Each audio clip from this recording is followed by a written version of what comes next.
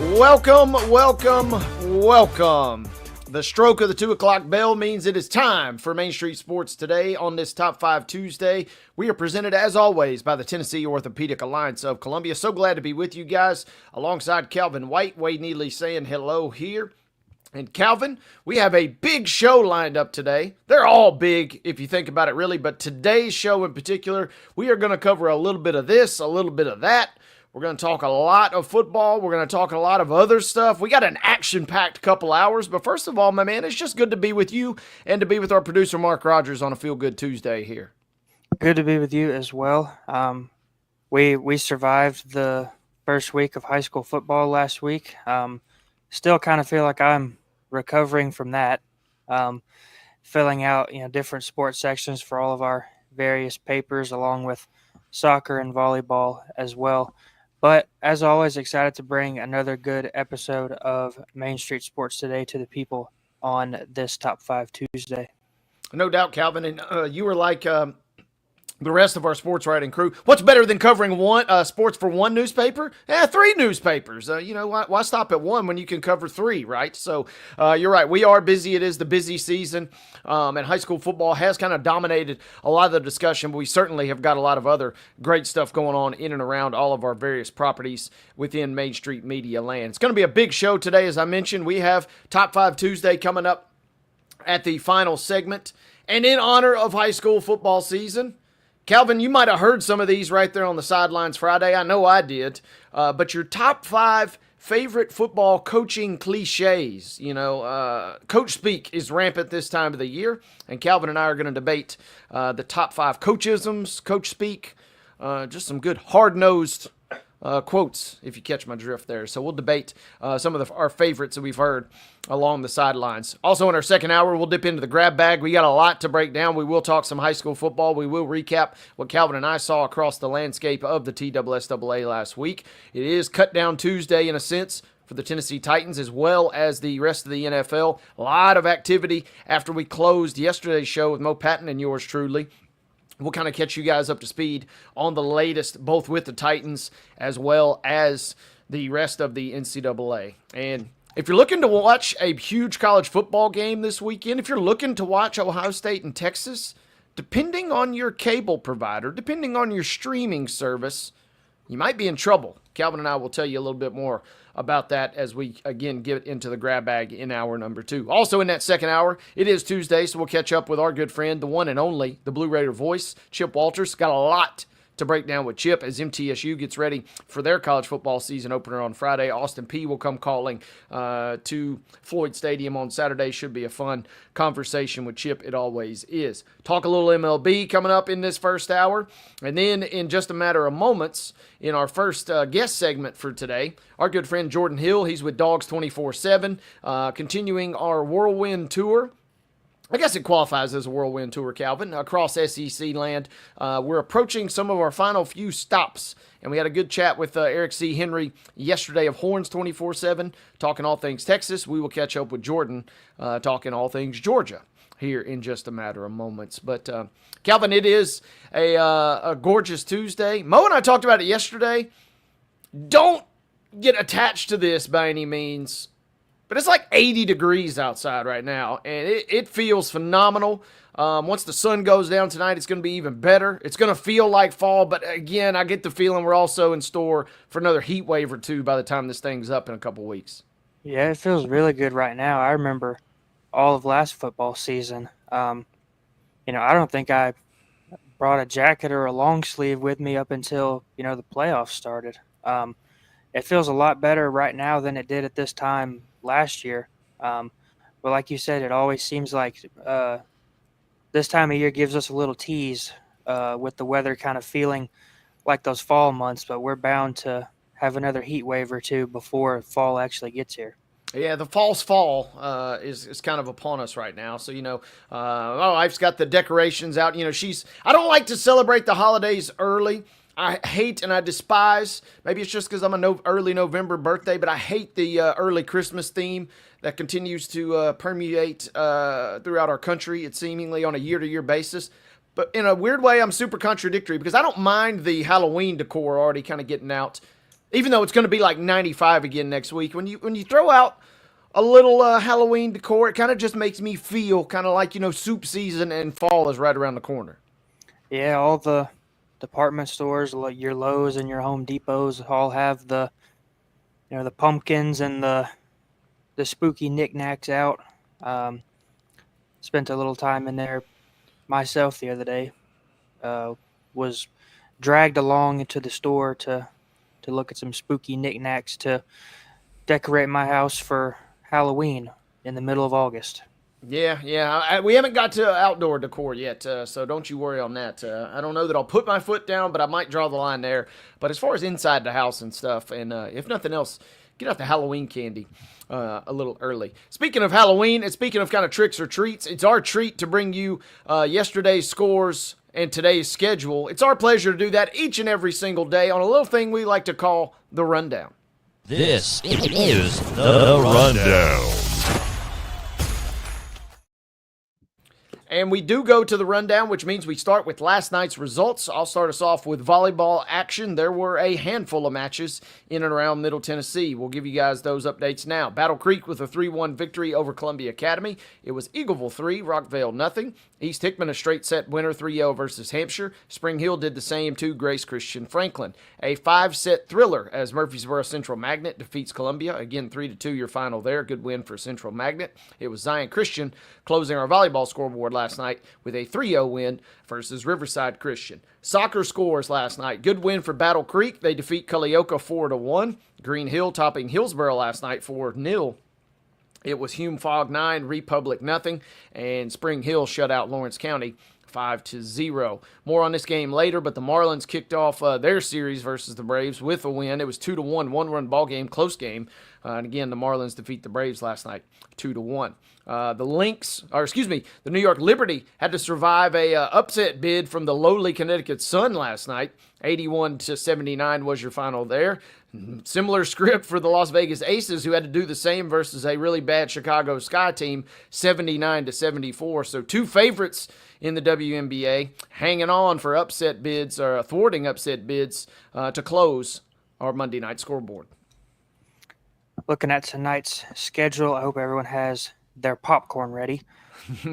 Looking at tonight's volleyball slate, Marshall County is at Spring Hill at 5 o'clock. Zion Christian is at Columbia Academy at 5:45. Providence Christian Academy is at Middle Tennessee Christian at 5:45. Culleoka is at Battle Creek at 6 p.m. Tullahoma at Columbia, 6 p.m. Stewart's Creek at Cookeville at 6 p.m. Murfreesboro Central Magnet at Forest at 6 p.m. Mount Juliet at Gallatin. Summertown at Hampshire, both at 6 p.m. Warren County is at Laverne. Lawrence County is at Lincoln County at 6 p.m. And then Mount Pleasant at Loretto, Siegel at Riverdale, Eagleville at Santa Fe, White County at Smyrna, and Oakland at Blackman, all at 6 o'clock. In girls soccer, Cane Ridge is at Hillsboro at 4 p.m. Middle Tennessee Christian is at Providence Christian. White House Heritage is at Springfield. Middle Tennessee Christian is at Grace Christian, all at 5 o'clock. Maplewood is at Harpeth Hall at 5 o'clock. Spring Hill is at Columbia Academy at 5:30. Lawrence County at Battle Creek, and Zion Christian at Lead Academy, both at 6 o'clock. Portland is at Lebanon at 6 o'clock. Hume Fog at White House. Creekwood at Fairview, both at 6 o'clock. Ezel Harding is at Friendship Christian at 6:30. Siegel is at Blackman at 7 o'clock. Columbia at Coffee County. Franklin County at Franklin. Centennial at Gallatin. Beach at Independence. Merrill Hyde at JP2. Oakland at Riverdale. Smyrna at Stewart's Creek. All of those games are at 7 o'clock. Murfreesboro Central Magnet is at Nolensville, and Wilson Central is at Rockvale. Little MLB action. The Atlanta Braves are at the Miami Marlins. First pitch for that game is at 5:40 p.m. You can find that game on FanDuel Sports Southeast. The Colorado Rockies are at Wade's Houston Astros at 7:10. Minor League Baseball, the Charlotte Knights are at the Nashville Sounds at 6:35. It is Tail Wagging Tuesday out at First Horizon Sports Park. And in the WNBA, the Seattle Storm are at the Indiana Fever. at 6 p.m. on CBS Sports, and the Phoenix Mercury are at the Los Angeles Sparks at 9 p.m. on NBA TV. Ladies and gentlemen, those were your scores. That was your schedule, and that concludes today's rundown.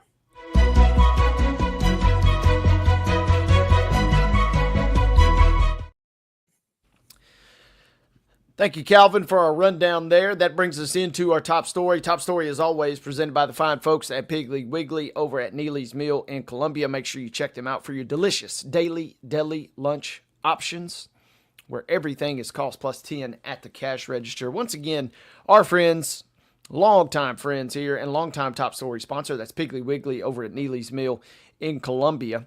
And we mentioned we'll cover a lot of different stuff, and we will get into some football. And there is, I guess, a football twist to this story. But we start with basketball for today's top story. And specifically, we stay here in Nashville, where two college basketball programs are kind of in the mix in this story, as Vanderbilt. Calvin, we have talked a lot about the work that Mark Byington has done in his year and a half or so as Vanderbilt's head basketball coach. And obviously recruiting the portal is a necessity for any college coach, but especially a new college coach. And Vanderbilt already with 8 transfers coming into the program ahead of this season. We're trying to add a 9th. But then the judges got involved. Judges giveth, judges taketh away in this sense, as Vanderbilt apparently had made an offer to a former Lipscomb standout. I mentioned there was a double Nashville dose here. A $350,000 NIL offer to 25-year-old guard Darren Boyd, one of those 12th year seniors that Mo and I discussed on the program yesterday. He was a standout at Lipscomb in 2022-23, and then also in 23 and 24. After that, I should say, he was then on to the College of Charleston. But kind of like a lot of folks, he said, Nashville, I kind of like what I had in Nashville there. Maybe I can come back. Tried to come back to Vanderbilt. But here's where the story gets interesting, Calvin. Chief U.S. District Judge William L. Campbell Jr., that is the same judge, mind you, that gave Diego Pavia his extra year of eligibility. Last Friday, it turns out, reading from the Nashville Post, but they're citing Sportico. You can read it on both of these websites. They denied that motion. So last Friday, there was an option that came down for Boyd, and it was denied. Boyd began his college career at Georgetown, which is an NAIA school up in Kentucky. We mentioned he then goes on to Lipscomb, and he kind of got into that NCAA eligibility process. And at least for now, and we'll get into the minutiae here in a second, Calvin, but at least for now, man, that's tough luck right there. The same judge that grants Pavia the extra year has struck down a opportunity for Darren Boyd, again, who's a 25-year-old, but he was set to make $350,000 at Vanderbilt. But unless something changes, the courts get involved, and the courts say that he will not be eligible for a final season. Yeah, we've been debating and going back and forth for a long time on what the rules actually are when it comes to eligibility stuff in the NCAA, what is amateurism and what isn't. But, we always talk about how every decision, or most of the decisions that the NCAA makes, is based on football. Obviously it stinks for Boyd that he's not going to be able to, play basketball this season. But, looking at this article here, it says Boyd's case is predicated on an argument Campbell found unpersuasive. Boyd objects to the NCAA starting the 5-year eligibility clock upon enrollment at an NAIA institution and contends it is inconsistent with the NCAA not counting other post-secondary activities. Those activities include military service, religious missions, professional participation in other schools, and enrolling in a postgraduate year after high school. This just stinks all around, especially when he's kind of looking at somebody that, is at his own school or was going to be at his own school at Vanderbilt. And he's going to miss out on, that extra year of playing college sports. We talk about people that aren't going to go to the draft or get drafted, stick around in school as long as you can, especially with the way NIL is now, and kind of collect those paychecks as long as you can if you know you're not going to go play professionally. So I think this just kind of stinks all around for this guy right here. Yeah, it's a tough situation, and as you mentioned, the real crux of the matter is, in a way, I guess this is somewhat of a win for the NAIA because the Judge Campbell, rules that, hey, we made this exception for Pavia, and we've declared military services, prep schools, and JUCOs in that kind of unique or special category. But an NAIA institution is a 4-year school, and Calvin, and I guess that's where we get into the weeds and where we kind of wonder. And, I don't want to play devil's. I could argue both sides of this story, but upon reading it initially, I get this, and I totally get the part that Judge Campbell also mentions that Boyd, quote, knew for years that Georgetown was. I mean, you don't just show up at Georgetown and say, oh, this is a JUCO, right? I mean, you kind of know this is a 4-year school. And so I kind of get that in the sense that Judge Campbell says, hey, you knew, and you could have tried this prior, or at least attempted this prior, but you kind of knew this situation. So kind of throwing it up at the last minute, we're not going to grant you that. And I mentioned this as somewhat of a win, at least maybe my old PR background is coming out in me. If I'm an NAIA institution, I'm using this as, a way to spin this saying, yeah, we are a 4-year institution. Don't get it twisted. We're not in there with JUCOs. We're not in there with prep schools. We are bona fide 4-year schools. And here's the judge's ruling that kind of further backs that up just in case there was any kind of consternation about that. So obviously it stinks for Boyd and it stinks for Vanderbilt. It sounds like who was prepared to throw quite a bit of money at him to bring him onto their roster. But at the end of the day, me personally, I kind of get what the judge sides with here when he says, hey, number one, this is a 4-year school, and number two, you knew this your whole time. And so it just kind of reeks, in a sense, of a late grab to try and grab one last season of eligibility. Yeah, I can almost always see both sides of things. Like you said, you don't go to Georgetown or any type of college without knowing what level of athletics you're playing at. So, it just stinks, even more for him that this is now, out in the open, in the spotlight per se. And, people are just going to kind of turn this into an opportunity to, hate on him potentially just because he, there's no way he didn't know that Georgetown was a 4-year institution. So now it's just out there that, he's trying to maybe milk the system for an extra year of eligibility, but I can't say I blame him either. Yeah, I can't say I blame him. And, we're not talking about a guy, who knows what his role at Vanderbilt would have been, but we are talking about a guy, 6'3", 215 pounds. He was third team all Coastal Athletic Association last year. I mentioned at the College of Charleston, averaging just shy of 14 points a game, 3.5 rebounds, and 2.5 assists. And College of Charleston obviously was a really good team, finishing 24-9, 13-5 in the league. Prior to that, during his 2 years at Lipscomb, he averaged close to 18 points a game and was a second-team A-Sun player. So, I mean, this was a guy that presumably could have helped Vanderbilt. And, again, stinks for him, stinks for Vanderbilt probably because they're a team that, as we mentioned at the start of this story, has really kind of flourished in the portal. 7 players already arriving during the course of the offseason for Coach Byington. So would have been nice to grab one last extra player, as it were, in the portal for Byington. Would have been nice for one last season, I suppose, of eligibility for Darren Boyd. But again, it turns out that it's not the case. Our good friend John Glennon, again, had the story at Nashville Post, and you can also read about it at Sportico as well. As former Lipscomb standout Darren Boyd, one last chance to play, denied by a judge. It'll be interesting to see if there's further courtroom proceedings as his kind of career is in limbo, at least in terms of collegiate athletics for now. Speaking of limbo for now, we are not going to leave you in limbo very much longer because we're going to take just a tiny commercial break. And then when we come back, Jordan Hill from Dogs 24/7 will join us. We will continue our tour around the SEC with a stop in Athens, talking all things Bulldogs on the other side of this break. You're watching Main Street Sports Today. We're represented as always by TOA of Columbia.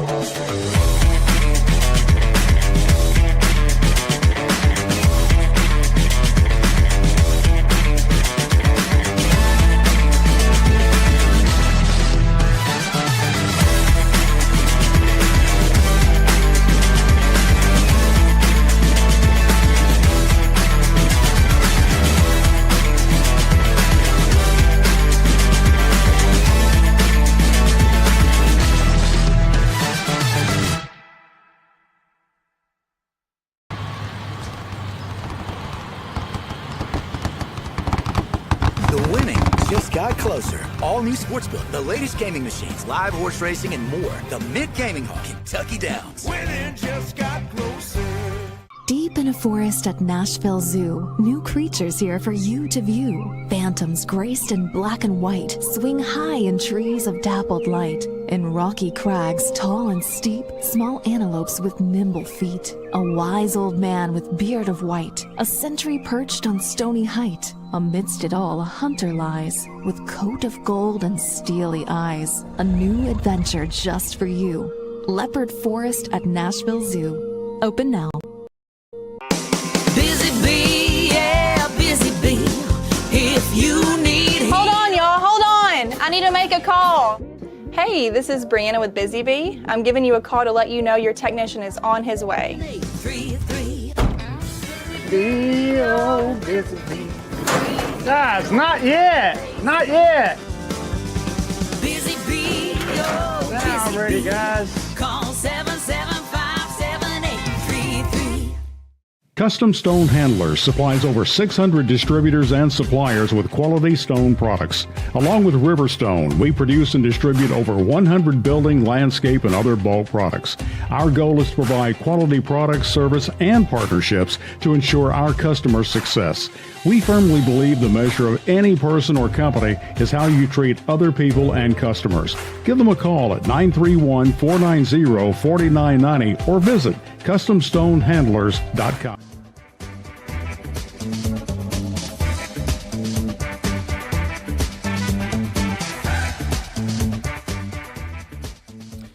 Opening hour of Main Street Sports today, presented by TOA of Columbia, is rolling right along alongside Calvin White. Wade Neely saying hello.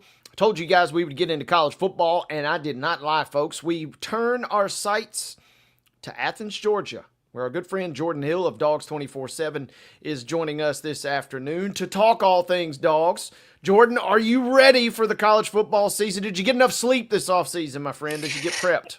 Yeah, you can never get enough sleep before the start of another long season. I appreciate you guys having me on. And, Georgia did us a solid, those of us on the Georgia beat. They're giving us Marshall to start off. We can kind of dip our toe in the water before, we're going to turn around week 3 and we're talking about a game in Knoxville, a big-time game. But no, excited for the start of this season and appreciate you guys having me on.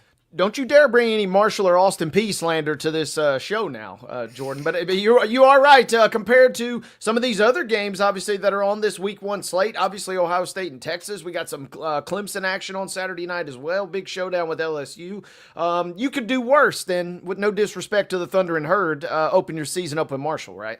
Yeah, well, hey, I've been quick to point out, Georgia's non-conference schedule this year, not the toughest, but there's only one game that I'm aware of in week 1 where you got defending champions of 2 different conferences playing, and that's the SEC's Georgia Bulldogs and the Sun Belt's Marshall Thunder and Herd. The game, too many people are sleeping on, guys. Now that's a great point. It's a good spin zone right there out of you, Jordan. That's why you're the man, and we love having you on. With that being said, let's kind of dive into kind of the season.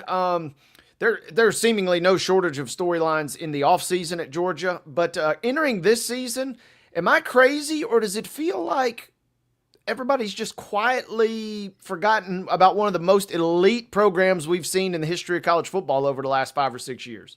No, I think that's a fair read on the situation. I think the way Georgia went about winning the SEC last year, I think on one side people kind of forget that they did win the SEC, but on the other, them winning the conference, I think for some people kind of papered over what were legitimate issues. Georgia's offense did not live up to expectations last year. I was looking at some of the numbers. They averaged just a little over 4 points per first quarter last season, which just isn't going to cut it. And they ran into issues where they fell behind in games and had to work their way back. The run game finished 15th in the SEC in rushing yards per game, by far the worst mark in the Kirby Smart era. So they come in with what I think is kind of an interesting situation where the defending SEC champs but a lot of people kind of felt like, they weren't quite to the level that people were expecting. So they've got big question marks on both sides of the ball, but it's a team that I do think is talented enough to win the SEC again, to contend for a national title.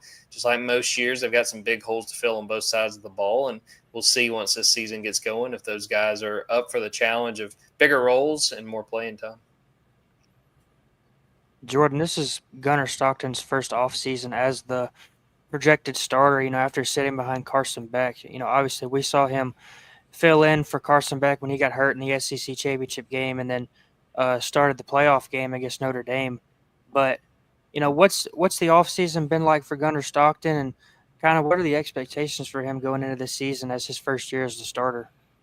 I think that the offseason did Gunnar Stockton well, not only for being able to, focus on things he wanted to clean up, how he wanted to prepare for the season ahead, but that gave the coaching staff an entire offseason to, figure out what plays Gunnar likes, kind of build the offense around him. They were in the Texas game, they talked about after the fact that Mike Bobo had a few plays that he kind of knew were ones Gunnar liked, but you're kind of put in a tough spot at halftime. I think they were kind of, drawing it in the dirt and saying, all right, let's go out here and run this. But, and had about a month after that before the Sugar Bowl to have an entire offseason where Gunnar's the guy.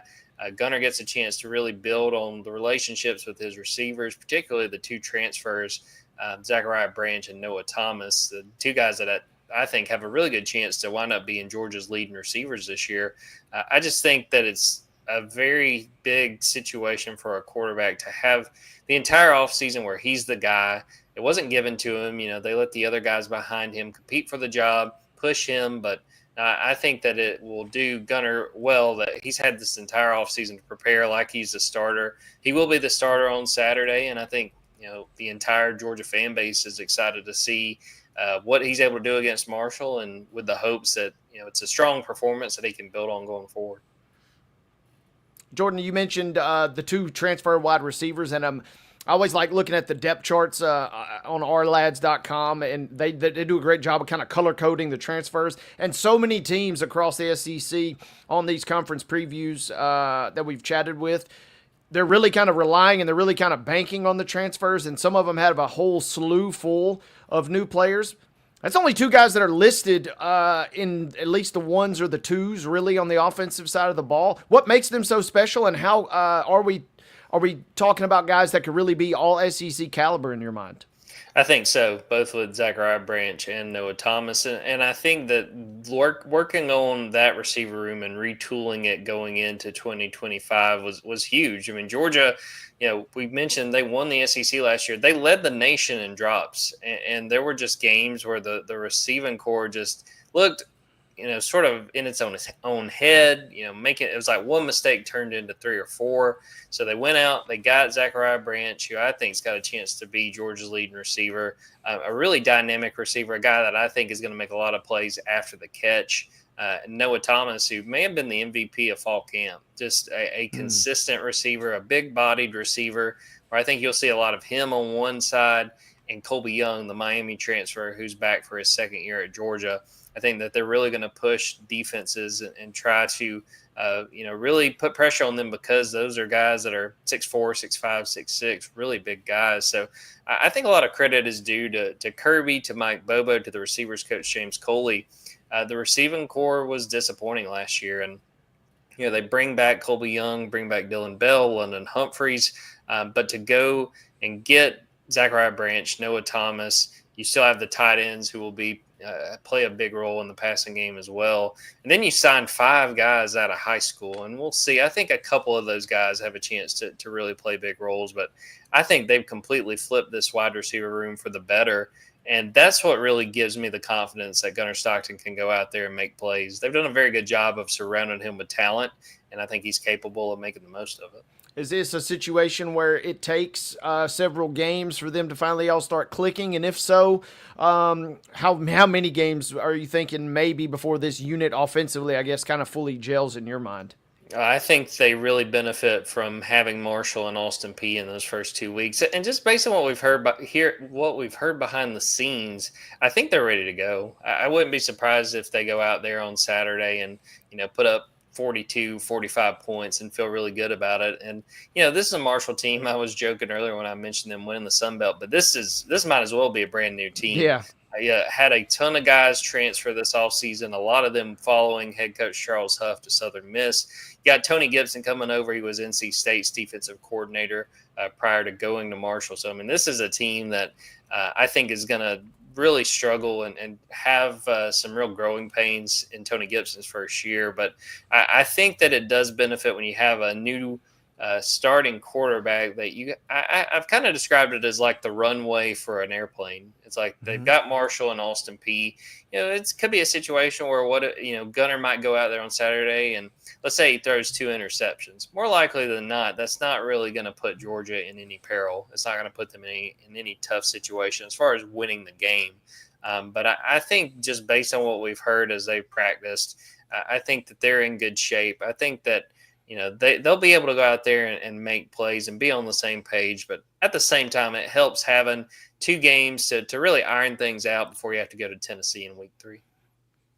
Jordan, over the last couple of years, when Georgia was dominating the SEC and cruising the national championships, the calling card was the defense. Then, last year, they still sent a couple guys to the NFL, but, gave up their most yards per game in a decade and gave up their most points per game since 2016. Obviously they were still really good last year, played in the SEC championship game. Has that defense kind of shown signs of returning to its form that kind of led Georgia to those national championships over the last couple of years? I think it's going to be a defense that's not quite to that level of like 21 and 22, but will be better than last year. And the 2 groups that I think are going to determine if that happens, if they take a step forward compared to last year, it's going to be the interior defensive line.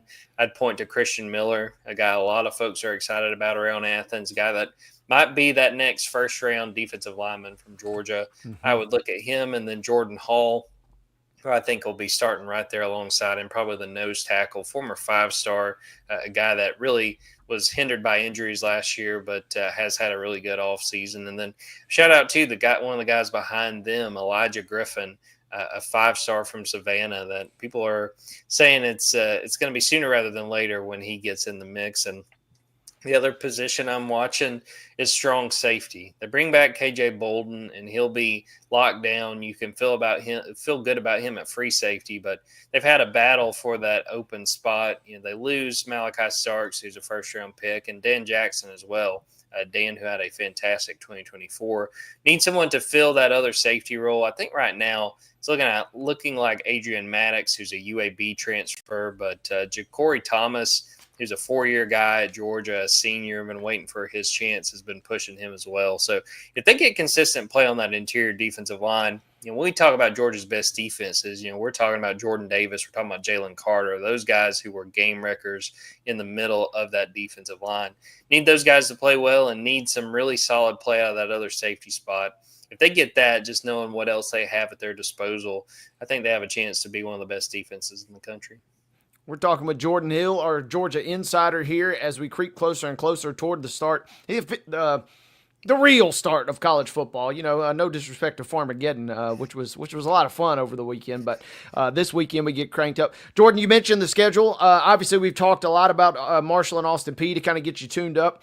What's the buzz about Tennessee so early in the schedule, especially that tricky trip, obviously, to Rocky Top to kind of set the stage for the Bulldogs? That's seemingly about as tough of an ask as you can get to open up your schedule in terms of league play. Yeah, I mean, first SEC game, first actual road start for Gunner Stockton. He started in the Sugar Bowl at neutral site down in New Orleans. But, yeah, to me, I look at that Tennessee game much like 2 years ago, Georgia's first SEC game with Carson Beck as a starter at Auburn. And I don't know if you guys remember that game, but Auburn built a lead, And it took really just relying on Brock Bowers in the fourth quarter for Georgia to get out of that game and win that game on the road.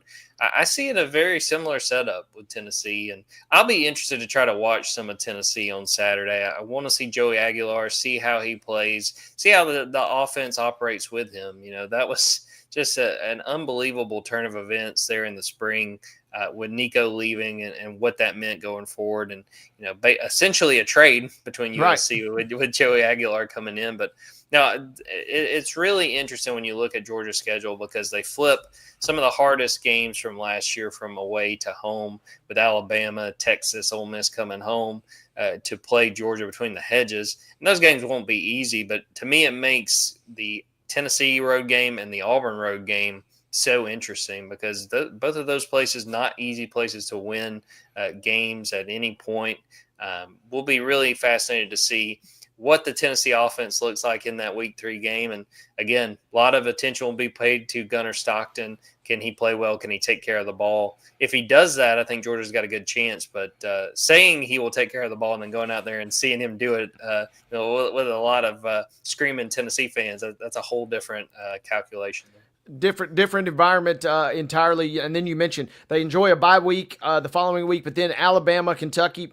And you brought it up, and when I saw it, Auburn, that game has the potential to be tricky. And what really scares me, too, is Auburn will be coming off of a bye week when they meet that game. And, no disrespect to Kentucky, but anytime you got to go out and line up in an SEC opponent and then turn around and play a tricky road game like that, not saying they will lose, but that's just one that I'm kind of stroking my chin like, for the middle of October there. Yeah, I mean, to me, that is like the definition of a trap game for Georgia. And what interests me, too, I would love to know right now, go ahead and look in at Auburn's record going into that week because, it starts with the Friday night against Baylor. If Auburn loses that game, how much pressure internally is Auburn starting to feel? If Auburn's able to string together some wins early in the season, because after that, then they got Ball State and I think another easy game after that, and then I think maybe Oklahoma. So it's like if things go well for Auburn to start the season, I think that bodes well for their chances of beating Georgia. That's going to be a night game in Jordan-Hare. It's been a little while since that game has been played at night. I totally agree with you. I think that this has a chance to be a trap game for Georgia. It's one where if they come out of that with a win, I don't care if it's 1 point. I don't care if it's 20 points. Yeah. Georgia should be happy and ready to roll on to the next week. Jordan, you mentioned those 3 difficult conference games at home against Alabama, Ole Miss, and Texas. Georgia's got the longest home winning streak in the FBS right now. They've won 31 straight home games dating back to 2019. Where do those 3 home games kind of rank among the most difficult you've seen, in terms of Georgia keeping this home winning streak alive? Yeah, I mean, I think this is the toughest home pool that Georgia's had in a while. And I will say on one side, I think Georgia fans are delighted because the season ticket holders, it feels like they kind of gotten the short end of the stick the last few years, just as far as the home away splits and what games they get. But yeah, I mean, if they're able to get out of this and have that winning streak intact, I mean, you're probably talking about one of the top seeds in the college football playoff. I don't think that's going to happen. I think more than likely, the way I've looked at this schedule, I sort of see it like more than likely you're going to split between Alabama and Texas just because of how good those 2 teams are. And, you have one bad afternoon and that other team will be able to beat you. But no, it is an incredibly difficult slate. But to have those at home, it was funny last year talking to Kirby Smart when he'd be asked about the 24 schedule. He would talk about how difficult it was, but he would be very quick to point out, man, I'm glad we flip it next year in the home away flip. He knew that this was coming and he was excited. And I think Georgia fans are going to take advantage of that and try to give those teams a really rough environment to play in. Jordan, with that being said, I'm looking at some numbers here from Vegas, and it's a national championship or bust. Kind of feels like really the expectation for this team at this point. But I am curious. We've kind of talked about how good this team could be. What's the floor for this team in your mind? If things kind of go really, really sideways, do things completely crumble, or is the course kind of still there to really keep them right in the college football playoff discussion until the very, very end in your mind? Yeah, I think if we're talking about the floor, I think it's probably a team that's around 9-3. Now, we talked about some of the games where they could easily lose. If we were saying they're a 3 or a 4 loss team, that probably means you lose one of those two games we talked about on the road at Tennessee or at Auburn. You talk about probably losing at least one of the Alabama and Texas games, and the one that's really interesting. And we did a podcast earlier this week. Some of my coworkers at Dogs 24/7 are really thinking Florida might have a shot to really upset things with how they've built on both lines of scrimmage. So I think, the floor is probably a team that, if they're like 9-3, it probably depends on the combination of wins if they still make the playoff. But you're still very much in that hunt. And, all you can do really if you drop some of those games early, you need to try to win as many of them late as you can, because we saw last year, like Alabama, Ole Miss, some of those teams that had a chance lost late in the season. One, kind of knocked them out of the playoff run, but two, that's the whole reason Georgia made it to the SEC title game. There was a stretch there after Georgia lost to Ole Miss. I think that was November 9th. Everybody on the Georgia beat thought, well, we're going to have an open day the first week of December. There's no way they're going to make it to the SEC title game. And, some dominoes fell elsewhere. Georgia got there, and then they wound up taking advantage. Jordan, earlier you talked about, guys over the last couple of years that have been game wreckers for Georgia. Jalen Carter, Jordan Davis, Brock Bowers on offense. Do you see any guys on this year's team that could potentially not necessarily become players to the level of some of those guys, but some guys on this year's team that could become game wreckers for Georgia on either side? Starting with offense, I would point again to Zachariah Branch. I think that he's a guy that, to his credit, hit the ground running at Georgia. Heard great things about him in spring practice, and he carried that over into the summer and then fall camp. I mean, I see him as a guy that, he strikes me as the kind of guy that could catch like a 10-yard pass and turn it into a 40-yard pass. Mm-hmm. And I think having that explosive ability, where I feel like last year, a lot of when Georgia had explosive plays, that meant throwing deep and connecting. But having a guy who can make maybe a marginal gain and turn it into something else, I don't think Georgia's had that in the last few years. I see Zachariah Branch as that guy. Flipping to the defense, I would look at C.J. Allen, a 3-year starter, going into his 3rd year as a starter. I think he's got a chance to be an All-American. I thought he really played better over the course of his sophomore season. He's a guy that's counted on as a leader. I think he's going to be Georgia's leading tackler, and you're going to see him make a lot of plays. And guy I mentioned earlier, KJ Bolden. Someone asked me recently about what I felt like his ceiling was, and I think it's an All-American. He's a guy that was a true freshman last year and got some decent playing time, made a couple of starts. But all of a sudden, he's the veteran in the back end of that secondary, and it's going to be one that, I think that other teams test early on to see if they're up for the moment. If they're smart, they're not going to throw it toward KJ Bolden, because I think he's capable of making some big plays, and I think you'll see that a lot over the course of the season. He certainly seems to fit that mold of, classic guy when his name's called on the first round, in the first eligible round for the NFL draft. You're not going to be shocked. Speaking of kind of individual top end, I'm pulling from DraftKings, but they have 3 different guys listed, and we failed to even mention Nate Frazier, but he's listed obviously the lowest on that list at like 20 or 200 to 1, I should say. Zachariah Branch is listed. But realistically, it has turned into such a quarterback-driven award. And Gunnar Stockton sitting there at plus 3,000. If things broke a certain way in your mind, could he flourish enough that we're talking about him? Maybe not winning the Heisman, but at least getting an invite in your mind? Yeah, I mean, he's a guy at those odds. I'm like, it's not the worst bet in the world to put that down, just because, again, we mentioned this a little bit earlier. I think they've done a great job of surrounding him with talent. I don't know that there's going to be many situations where, let's say Georgia's down 4 with like 2 minutes left. I don't see a situation where Gunner's running, trying to keep plays alive, and he doesn't have anybody to throw to. Nobody can create separation. They've done a great job in that receiver room. And, if this was the situation a year ago, I don't think I would be saying the same thing. I think that wide receiver room struggle with separation, especially struggle with drops. I definitely wouldn't sit here and say, he's going to New York. You can book it. But I think at those odds, given what Georgia's got as far as the firepower on offense around him, and knowing that, if he's able to put up the stats, Georgia's going to win enough games that he could very well be in that mix when it's all said and done. It's fun to kind of speculate on the value, and obviously the SEC is so dominant, whether it's a team or whether it's a player. If you put up the numbers or you win enough games, that kind of is going to carry you enough. Jordan, before we let you guys out here, bonus lightning pick. I'm seeing a line of 39.5 for the Bulldogs this weekend. We've kind of bagged on Marshall a little bit. Does Marshall have any goods to maybe backdoor cover that thing in your mind?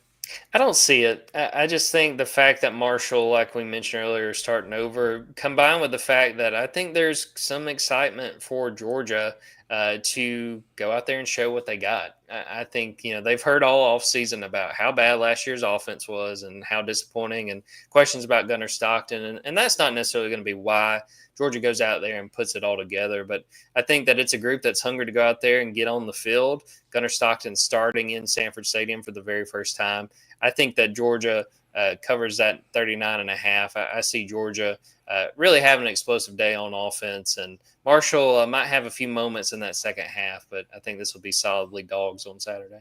Looking forward to it, and looking forward to a fun season of Georgia Bulldogs football. Jordan D. Hill, our Georgia insider, thank you so much for joining us as always, partner. We look forward to catching up with you down the road. All right, appreciate you guys. Thank you very much. Again, Jordan Hill, our Georgia insider. I think I got that right.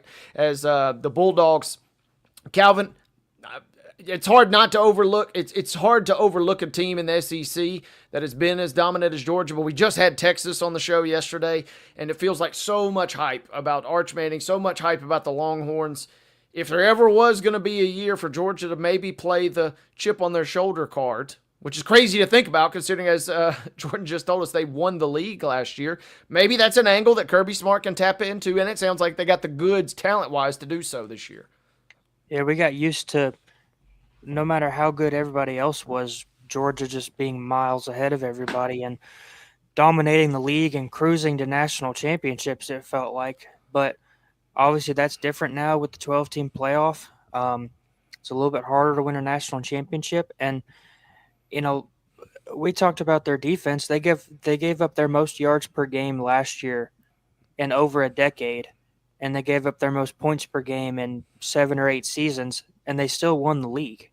Right. No matter how good everybody else is, we've just gotten used to Georgia and Alabama being at the top. But now that Nick Saban's not at Alabama anymore, Texas has kind of joined that conversation after their season last year. Mm-hmm. Florida's taken a dip over the last couple of seasons. LSU's still really good. But, I don't see a world for a long time, especially under Kirby Smart, in which Georgia is at least not in the conversation to win a national title. I'm with you. It feels like barring, some other paradigm shift, whether it's NIL, kind of getting totally revamped or things just getting blown up in some capacity, Georgia feels a little inevitable. So we will keep our eyes peeled. Again, thanks to Jordan Hill, our Georgia insider. We will talk Alabama on the show tomorrow. Show a little love to the Crimson Tide. And then also Thursday and Friday, we will chat Vanderbilt and Tennessee as we get you set for the full first week of college football coming up this weekend. It is going to be a fun weekend. It's going to be a fun second half of the show. But before we close the first hour, got a little MLB action to tap into here on the other side of this break. Calvin and I will talk a little Braves. We'll talk a little Astros. We'll whip it around the MLB farm system, as it were, as we close out the first hour on Main Street Sports Today, where we are presented by the Tennessee Orthopedic Alliance of Columbia.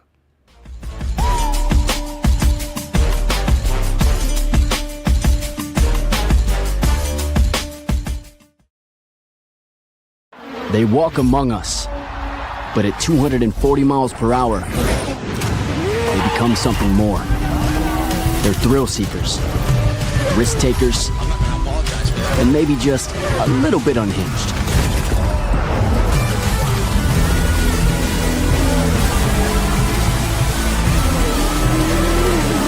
Buckle up. This new era of speed, this racing revolution, it's just getting started. Columbia Power and Water Systems is dedicated to bringing our customers reliable, local service. Whether you're turning on a light switch, your faucet, or streaming on TV, our dedicated team members from here in Murray County work every day to keep you on. you need us, call us 931-388-4833 or visit cpws.com. CPWS, local service, local support.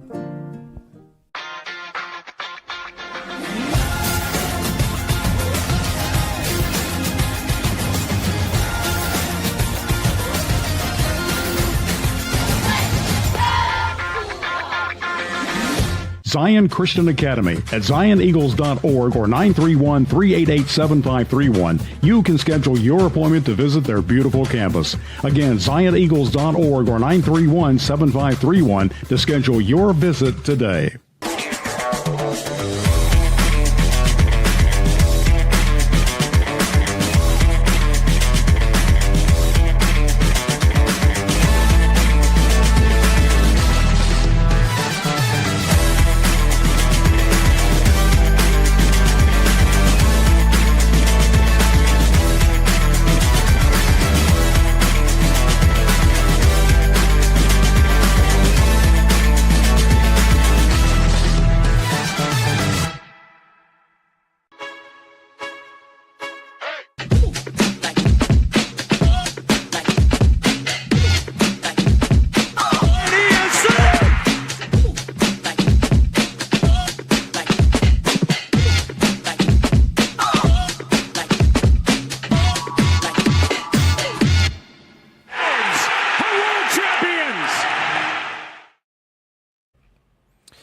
August 26th, 1948, the Cubs sweep two from the Braves 5-1 and 5-2, despite a near riot that held up play for nearly 20 minutes in the nightcap. The reaction by the fans came when Jocko Conlon ruled that a line drive hit by Phil Cavaretta in the third inning was a ground rule double, not an inside-the-park home run. Conlon makes his call after Braves left fielder Jeff Heath, quote, loses the ball in the Wrigley Field vines, the tricky vines out there at Wrigley, though it is really by his feet. The fans shower the field in protest. Conlon brawls out some of Chicago's finest for not taking any action. When play is resumed, Andy Pafko and Peanuts Lowry hits a bases-loaded triple. That was on this day in Braves history. First of all, I'm up for any kind of brawl, especially an old-timey baseball era we're talking about there. Second of all, I've never heard of Peanuts Lowry, but that's just about as great of a name as it really gets. And so, even though in a sense of a loss for the Braves there, had to include a little bit. Got the ball lost in the ivy out there. That's been known to happen every now and again, Calvin. Yeah, there's never been a more 1948 baseball name than Peanuts Lowry. No. But that vine can be tricky out there for some people. Especially when it gets wedged out there. But, this ball wasn't wedged. It was down by old Peanut's feet. It was down there, and who knew? But so on 1948, on this day, we had that brouhaha, as it were. Calvin, we ran down the score earlier, an abbreviated baseball discussion here. Just when Mo thought you could trust the Braves a little bit, they went and turned their back on him yet again. The Marlins were not to be denied. Spencer Strider is now 5-12 with a 4.95 ERA. Don't know what you could chalk it up to other than either bad luck, but also just flat out not being good the rest of the course of the season. Hopefully he gets everything kind of back to what we're used to seeing out of this guy for next year, because tough luck loss for Spencer Strider last night. Even at his very best, maybe one of his best outings in recent weeks. 3 hits, gives up 1 earned run, walks a couple, but strikes out 3 over the course of his 95 pitches. But then Johnson out of the bullpen gives up a run as well, and that's the difference as the Marlins score 1 in the 5th, 1 in the 8th. Braves threaten in the 9th, but can't pull it off. 2-1 was your final score last night. Yeah, that was one of the big storylines with the Braves this whole season was how bad they've been in one-run games. It seems like the first, almost all the first half of the season, that's the biggest thing we talked about with the Braves, losing one-run games and the bullpen. And like you said, Spencer Strider finally pitches, a dominant game this season. And the bullpen comes in and, I don't want to say blows it, because you should never I'm not going to defend any Major League Baseball team for only scoring 1 run in a game. But, when you lose 2-1, it's really hard to blame results like that on anything but the offense.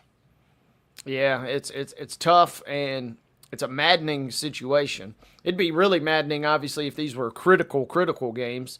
I don't know, but in some ways it kind of makes it even worse because, just when, like I said, just when you thought, Mo was a little optimistic heading into this series, heading into this game yesterday, and I've said it again, props for actually keeping tabs on the team at this point, trying to guide them to the finish line there, because a 2-1 game, regardless of where your team is in the standings, will make you rip your hair out.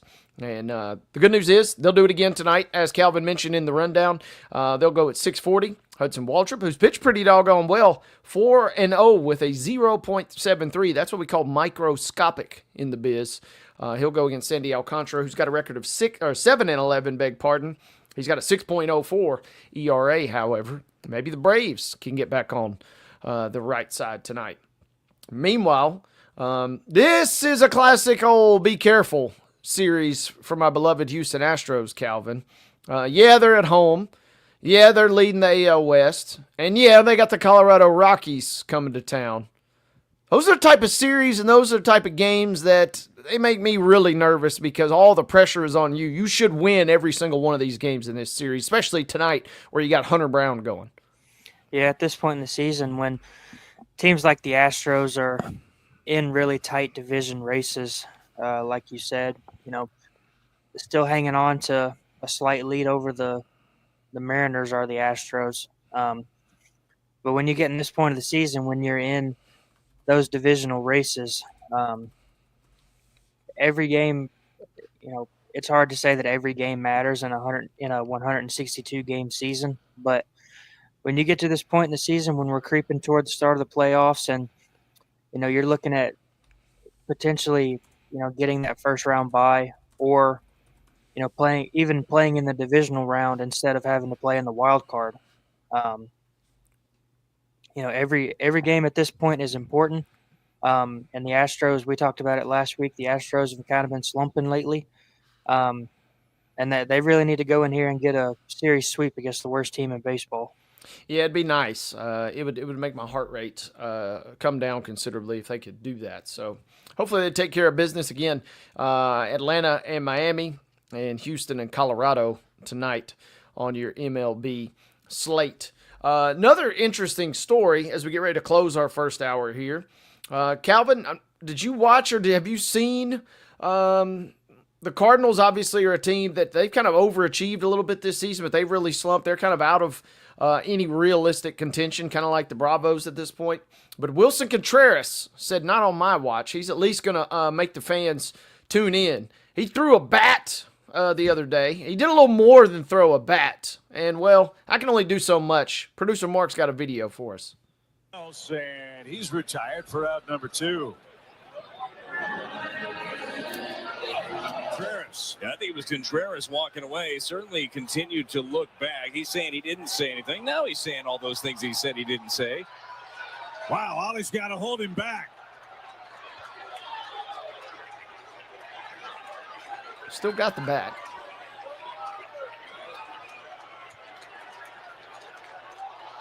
Oh. There's a whole box of bubble gum out onto the field between the plate and first. I think we got clickbaited. We opened the segment by talking about a brouhaha on the field and Peanuts Lowry. Bubblegum Contreras might be the new nickname because Wilson, he chunked his bat kind of with his side hand a little bit there, and it clips his one of his assistant coaches, kind of unfortunately. But then the real bubblegum kind of bursting out onto the field, and I mean, hey. I don't know how much double bubbles costing these days, but, I would have ran down there and got me a couple pieces just for the record. But Contreras gets tossed. The bat goes flying. Bubblegum on the field. We're talking about the Cardinals and Pirates, two teams that are definitely out of playoff contention, as I mentioned. That's MLB at its finest right there, Calvin. Just guys being guys out there. Yeah, I think just about every team in baseball has got at least, 3 or 4 of those little double bubble bucket somewhere in the dugout. like you said, rough year for the Cardinals and the Pirates. So anytime anything doesn't go your way in a season like this, there's a little bit more, I guess, pressure, and you're a little bit more tense at this point in the year. But obviously, it wasn't as bad as I thought it was by the title of him, throwing the bat at his coach. But rough year for the Cardinals and the Pirates. I saw yesterday the Cardinals had their lowest attendance ever at Busch Stadium. I think there was only about 17,000 people at Busch. I believe what I saw, it said it was the first time Busch had ever had less than 20,000 people in the park. For what seems like one of the Cardinals' worst seasons in a long time. But yeah, Cardinals and Pirates both way out of playoff contention. And just, I'm sure somebody had to go out there and clean up that bubble gum in between innings. Yeah, hey, I don't want to see anybody get hurt, so obviously the bat getting thrown is a little scary, but don't put your hands on the double bubble. Don't be tossing a bucket of my bubble gum out there as one of my teammates is what I'm thinking there. I'm saying keep your hands off my gum there. Could have been part of my hitting streak that I got going on. So Contreras, he's tossed, and that does cap a unfortunate turn. It's been a tough season. Like I said, the Cardinals got off to a decent start, but have slumped down the stretch. They'll go at it at 7:45 tonight. That closes our first hour, and what that means, ladies and gentlemen, is when we come back, it is Top 5 Tuesday, and that does mean that we'll be joined, as we do each and every single Tuesday, by the Blue Raider voice. Our good friend Chip Walters will be on the other side of this timeout. Calvin and I will talk all things MTSU as they get ready for their season opener on the other side of this break. You're watching Main Street Sports Today. We are presented by the Tennessee Orthopedic Alliance of Columbia.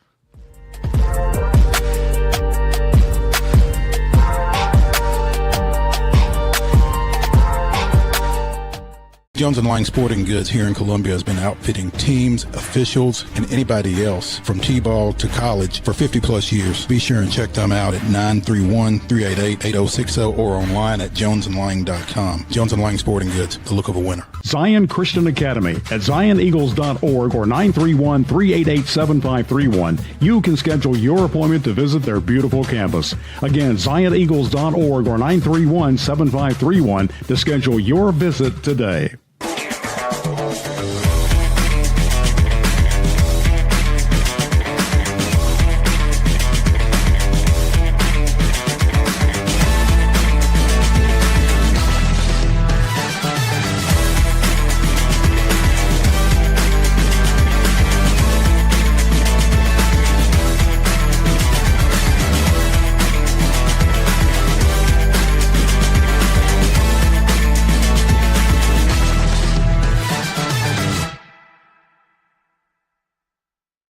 Is your internet slowing you down?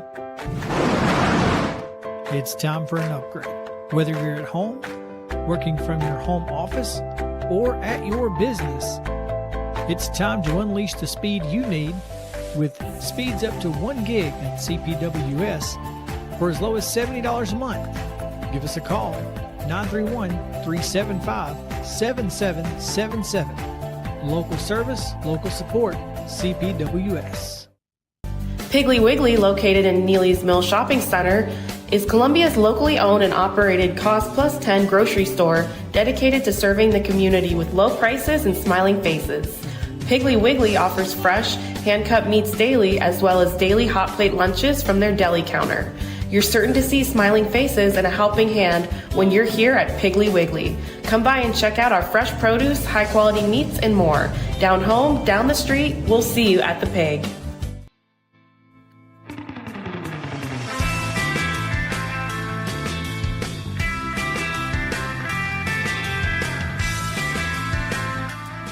Welcome back, folks. Hour number 2 of Main Street Sports Today, presented as always by the fine folks at the Tennessee Orthopedic Alliance of Columbia.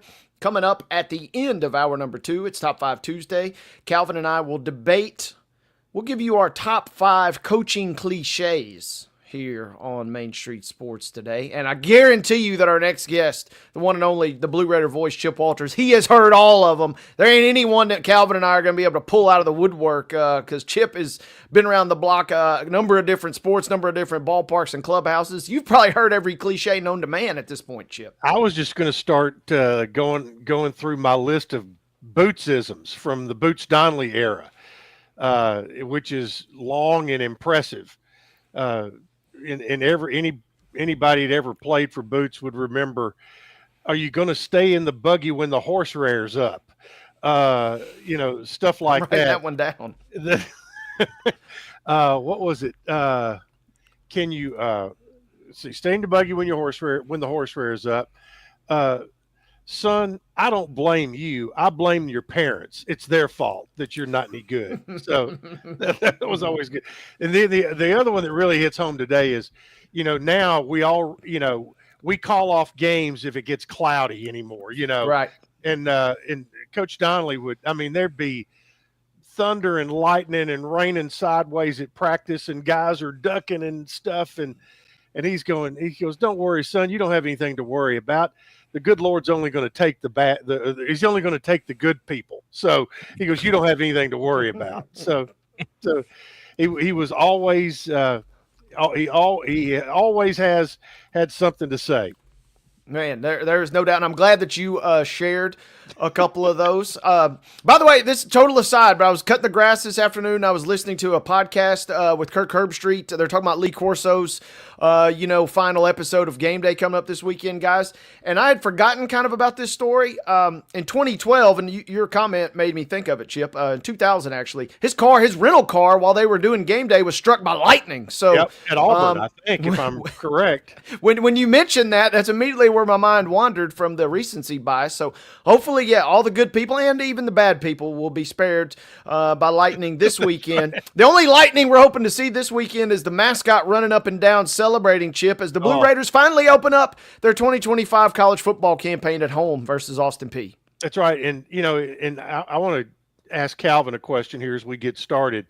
Does it feel unusual being a middle grad to be covering in the Austin Peay beat for Main Street? Yeah, it does feel a little weird. I spent the last 3 years of college, covering at least every home game at MTSU for the student paper over at MTSU. But it's definitely cool that Austin Peay and MTSU kind of revived this old school, what used to be an old school rivalry, at least for this season. That's right, exactly. And by the way, as of today, we are all now graduates of the Scott Borchetta College of Media and Entertainment. Ooh. It was his name was put on the college today. He and his wife Sandy have been very generous benefactors to the university and to the College of Media and Entertainment by way of Dean Beverly Keel, to the tune of $15 million to have a world-class experience in that college. And they had the naming or the unveiling today. And there were some heavy hitters out there from the music industry.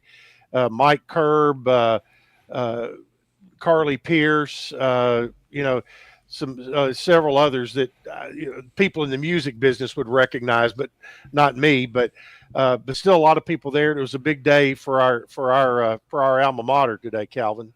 So, but it is football that's on the schedule for Saturday, and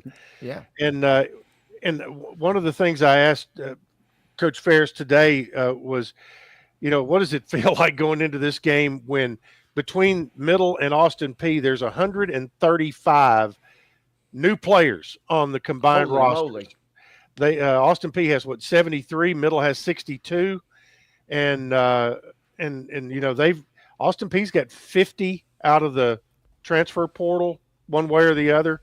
Middle's got 42 out of the transfer portal and 20 high school players. So there will and right now it is a scramble just getting a depth chart for both of these teams to get ready, because you've got these rosters of 105 players, and just trying to figure out who's going to fit in the slots, because really only the coaches have watched them every day, and and we may see on for both of these squads, uh, depth charts that'll change drastically from week 1 to week 2. Now, Austin P only has what, 2 guys returning on defense that started a year ago, but they've got a handful more that have had a good bit of experience. Middle, on the other hand, is in a little bit better spot there. They've got a few more that were starters that are returning, but also, I think on defense for Middle, one of the guys I'm most excited to watch play this week will be Alex Mitchell, linebacker from Riverdale, who has spent the last couple of years at Chattanooga. As a matter of fact, had over 100 tackles last year at Chattanooga, and just a really, terrific athlete. All you have to do is just look at him and see he was a great high school player, Mr. Football finalist, but here he is. He's come in, and I think Parker Hughes was happy to give up the green dot, which means the person who is the communicator on the field to the coaching staff. I think Parker was happy to get rid of that and just be able to play and fly around. Alex Mitchell, in his first year, he's going to be the green dot on defense. So, one thing that Derek Mason has talked about yesterday a good bit in his press conference and also last night on his radio show was defensively. The thing that he likes, what he sees the most, is that, in particular, the returning guys who were in this defense a year ago, they're now have the ability to just play and not have to think as much. And because last year they were learning the system, this year they're playing the system. And so, they know that they're going to have to make adjustments, in game, because I don't think either team really, in particular, Middle, scouting Austin P, because there's so many new guys in key positions for the Governors. They'll probably play 2 quarterbacks maybe, and Middle's got an almost completely new receiving core. The constant they have on offense is Nick Vattiato and Jaquel Middlebrook.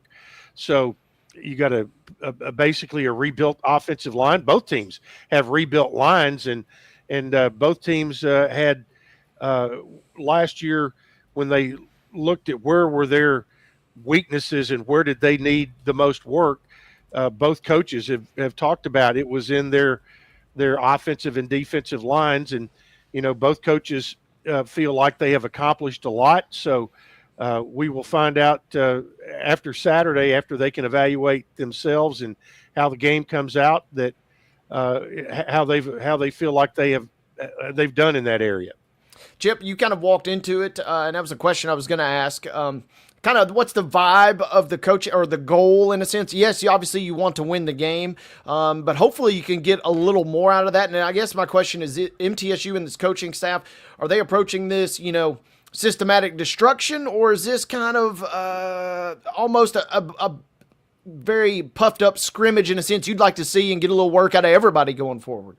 Well, I don't think it's really either one. I think that, okay, that's the third option. I think I don't think after winning 3 games a year ago, Middle has they're not in any position to not respect an opponent coming in and think they can throw the jersey out on the field and make it happen. I think they feel like there was unfinished business from last season.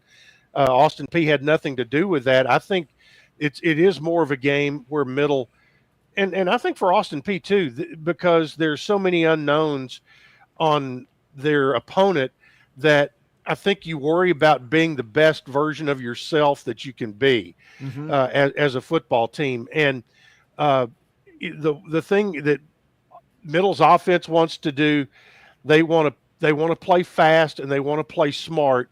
And for Middle's defense, they want to they want to get off the field, and they want to force turnovers. And They were not great at forcing turnovers a year ago. They were a team that was more penalized than they would have liked. So a lot of those things, they want to cut down on the bad and add to the good of what they did in 2024. Now you've got a quarterback, Nick Vattiato, who's thrown for 3,000 yards the last 2 years. The goal, keep him upright, keep him healthy, and establish a run game.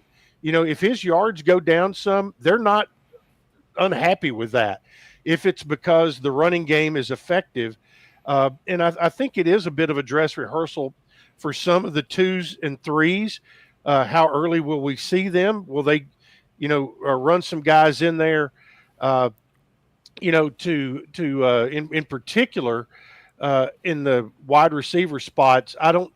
We had Bodie Reeder on last night, the offensive coordinator for Middle, and he feels like they have good weapons across the board in the wide receiver room and in the tight end room. So, he wants to be able to spread it around. I said, but what if one guy gets a hot hand? He goes, yeah, we're going to find who's open. Okay. And if somebody has a hot hand in his eyes, that means they're finding a way to get themselves open play after play after play. And he feels confident that Nick Vattiato, is an accurate enough guy that he can put the ball where it needs to be. So, that being said, there's a lot of unknowns there. So it's going to be, I think it's exciting just to get to play a game. And for me, looking at the forecast, I'm just looking at that and saying, thank God there's not weather in the forecast, because 2 years in a row we've had weather delays in the opening game, and maybe 3 out of the last 5 years, something like that. So let's get a pretty day. It's going to be about 83, 84 degrees at kickoff. Beautiful afternoon, beautiful evening. So let's bring it on and have a good time. Chip, switching sports real quick. Men's basketball announced this morning that Josh Bone is going to be the new coordinator of player development after Reggie Upshaw left to go take his job with the Phoenix Suns. Just, what's his background? What does he bring to men's basketball?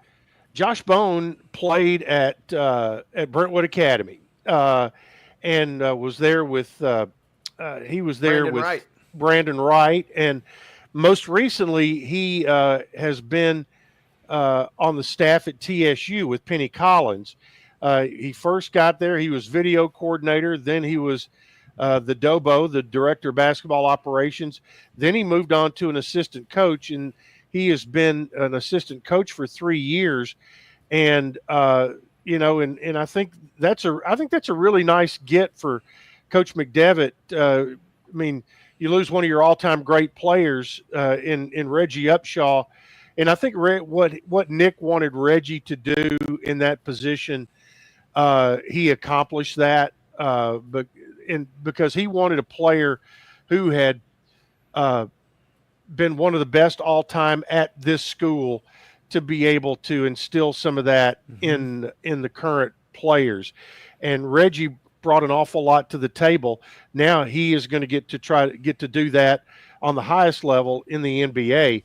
But Josh Bone is a top-notch guy, and I've known him just a little bit, and very impressed with him in what he has done.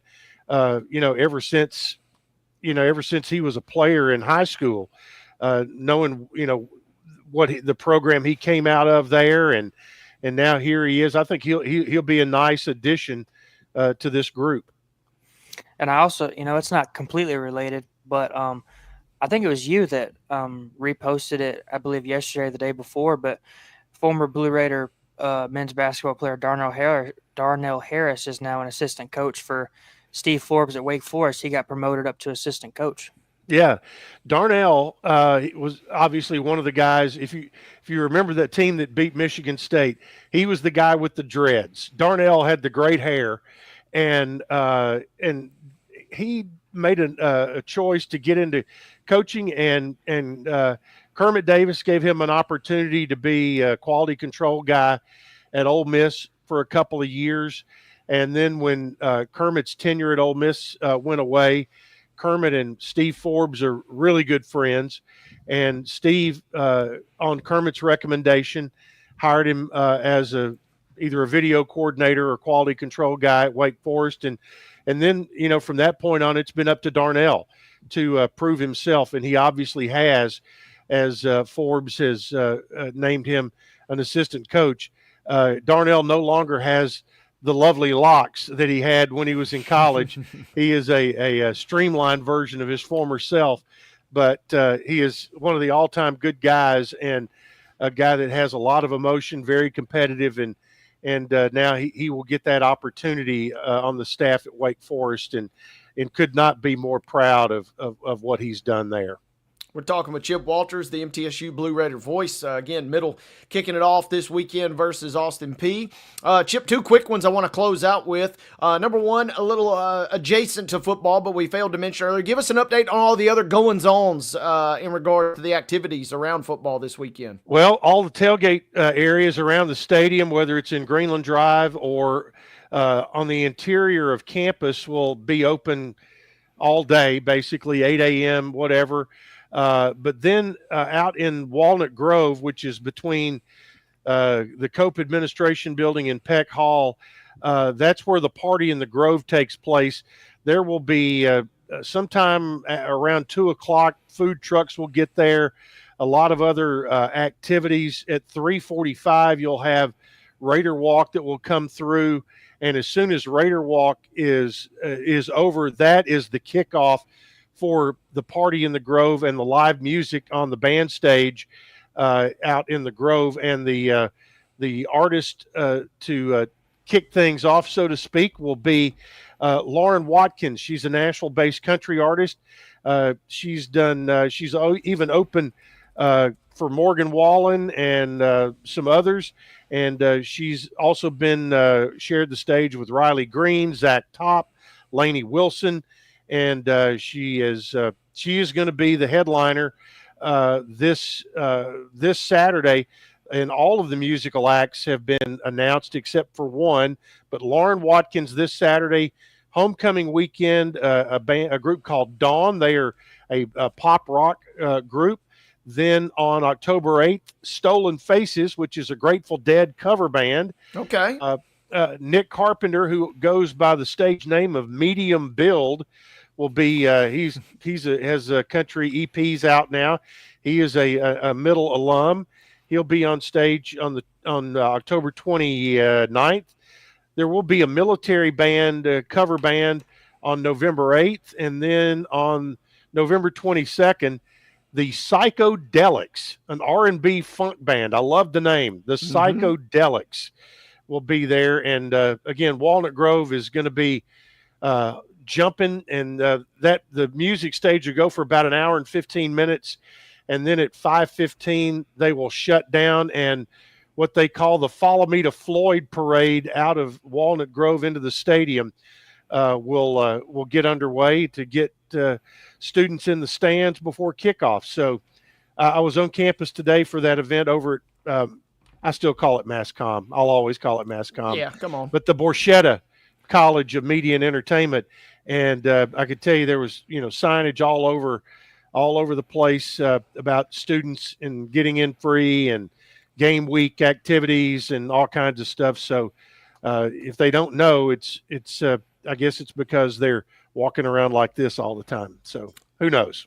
Love it, and love that campus is going to be buzzing on Saturday. There's a lot to be excited about. And then that's how you know you got good vibes going on, when the football game is, it's going to be fun, but there's other entertainment to be had. So kudos to everybody for getting that done yet again. I was talking last night. I told you Bodie Reeder was on the show with me last night, and I said, asked him, what did you and your family do before fall camp started? And they made a little trip to North Carolina for a weekend, yada, yada, yada. He goes, but now, he goes, we have spring, summer, winter, or fall and winter. He goes, but it's football season. He goes, we go outside the building and the band's practicing. He goes, when I hear the band practice, he goes, that gets my juices flowing. And so really looking forward to that. by the way, the Band of Blue under new direction this year. And so they've got an exciting show, and we'll see it for the first time on Saturday night at halftime. So a lot of good stuff. And it's a whiteout, so wear your white. If you have the whiteout, the official whiteout T-shirt, it has a caricature of Ed the Zebra on there. So it is as part of the whiteout. So who knows who might make an appearance at the game on Saturday night. That fits in with the Blue Zoo motif. So we That's love right. that. Ed we the love Zebra, that. right in the zoo. That's right. Outstanding stuff, Chip.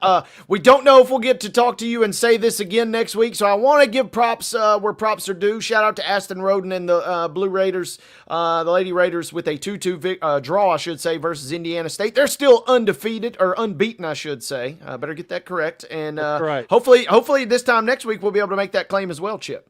That's right. The volleyball team or soccer team, they're at South Alabama Thursday. And so that'll be a good road test. Volleyball, by the way, will open up Friday and Saturday playing in Indianapolis. They will play Purdue, Fort Wayne, Evansville, and Butler, all this on opening weekend. And for Coach Alexa Keckler, 16 of 16 players new on the roster as the Lady Raiders will travel into Indianapolis, the Circle City, and this tournament will be played at Butler. I'm not sure if it's at Hinkle Fieldhouse, but it will be at Butler. So wish them all the best to get their season off to a good start also. Couldn't have said it any better. Chip, break a leg this weekend, partner. We look forward to a great call. We look forward to catching up with you again next Tuesday. All right. See you, boys. Thanks. Thank you very much. That is Chip Walters, the Blue Raider voice. Calvin, hard not to get excited, even though you have a little kind of split, as Chip pointed out, allegiances in some regards here. It'll be a fun game on Saturday, and I'm kind of curious. Part of me wants to see MTSU just come out and pound and win this game, like 56-0. Part of me wouldn't mind, however, if, it is somewhat competitive, but that means we get a little extra kind of situational development, I guess, for lack of a better term, out of some of the Blue Raiders because the schedule really gets cranked up with Wisconsin and Nevada road trips right after that. Yeah, I'll be out there on Saturday covering the game for Main Street Clarksville. Just looking at Austin Peay's roster and how much better they've gotten since last year, I think they were even a good team last year. They just got that they had a lot of games late in the year where they just didn't close the game out. They might have had a lead at halftime or a big lead in the second half, and they just fell apart in the second half and lost the game. They finished 4-8. They were really close to winning 6, 7, 8 games possibly in Jeff Ferris's first year. But he's even said that this year's team is a lot more talented than last year's team. He brought in Chris Parson, a transfer quarterback from Mississippi State that played at Ravenwood. He's got Austin Smith as his backup, who was the starter last season after Mason Garcia went down in the season opener against Louisville. But I don't think the game on Saturday will be a 30-40 point blowout necessarily, but I think MTSU still wins it pretty easily. It might be a 2 or 3 score game, but I don't think the score will indicate how easily MTSU wins the game. I think so. It kind of feels to me like a 35-14, 35-10, something kind of like that. And yeah, maybe not the 60-0 systematic destruction, but also, a little more lopsided than what that final score might indicate. I tried to pull up some betting odds. Shocker, I know, for a lot of folks, but couldn't find any just yet. We'll see if we can get some by the end of the week on my usual resources. Don't have one posted yet, but maybe by Saturday you'll have a chance to wet the beak, so to speak, with Middle and Austin Peay going toe-to-toe. Should be a fun one. Calvin will be on hand. You can make sure and read his coverage. Again, Main Street Clarksville. It will be fun. It will be fascinating to see how year number 2 of the Derek Mason regime at Middle gets underway. Speaking of underway, we are well underway here on this second hour of Main Street Sports Today, where we are presented, as always, by the Tennessee Orthopedic Alliance of Columbia. When we come back, Calvin and I will dip into the grab bag. Man, we got a lot to tap into We'll get into preps to pros mode as we can talk a little high school football. We'll talk a little college. We'll give you guys some updates on the latest across the NFL landscape as roster deadlines are getting closer and closer. And then to close the show at the top, right toward the top of this 3 o'clock hour, Calvin and I will debate. We'll give you our top 5 coaching football cliches. So stick around for that. It's going to be some good ones. Chip already gave us a few, but buckle up, folks, because hour number 2 of Main Street Sports Today, presented by TOA of Columbia, rolls along right after this.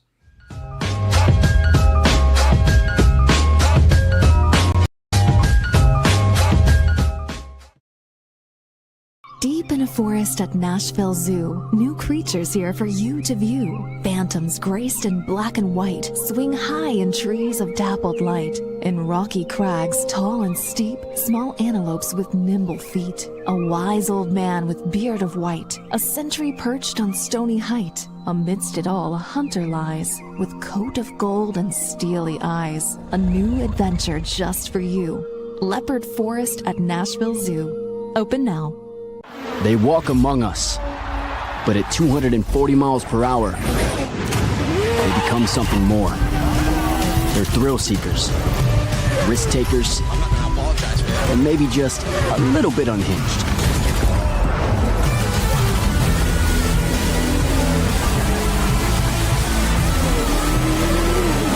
Buckle up. This new era of speed, this racing revolution, it's just getting started.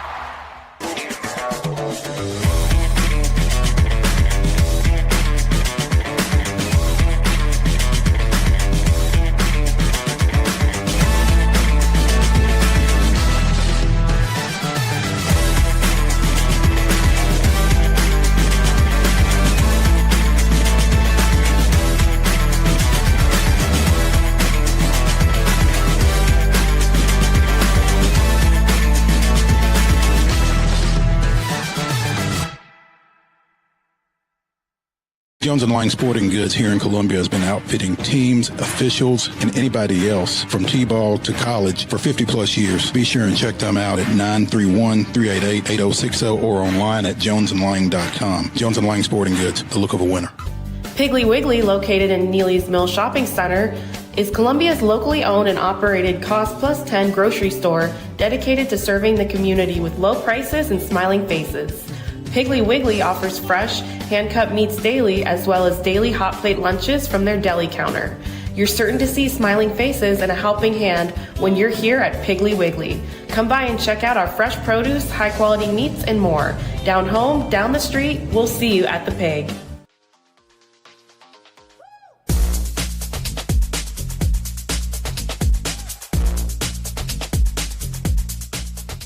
Welcome back, boys and girls. Alongside Calvin White, Wayne Neely sitting in the saddle, producer Mark Rogers making the magic happen.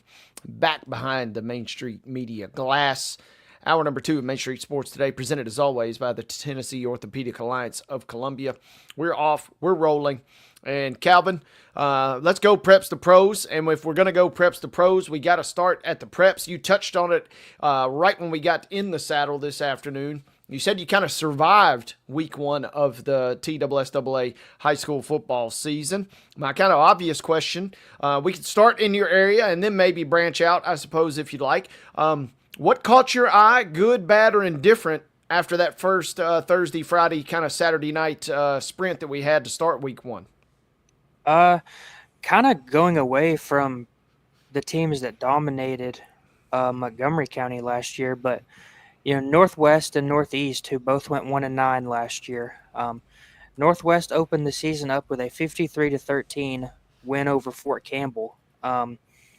Northwest rushed for about 450 yards, if I remember correctly. And then Northeast, they beat Christian County up in Kentucky, who wasn't great last year, but for Northeast to win a game that handedly, especially after the way last year went, that was really big for those two to get week 1 wins.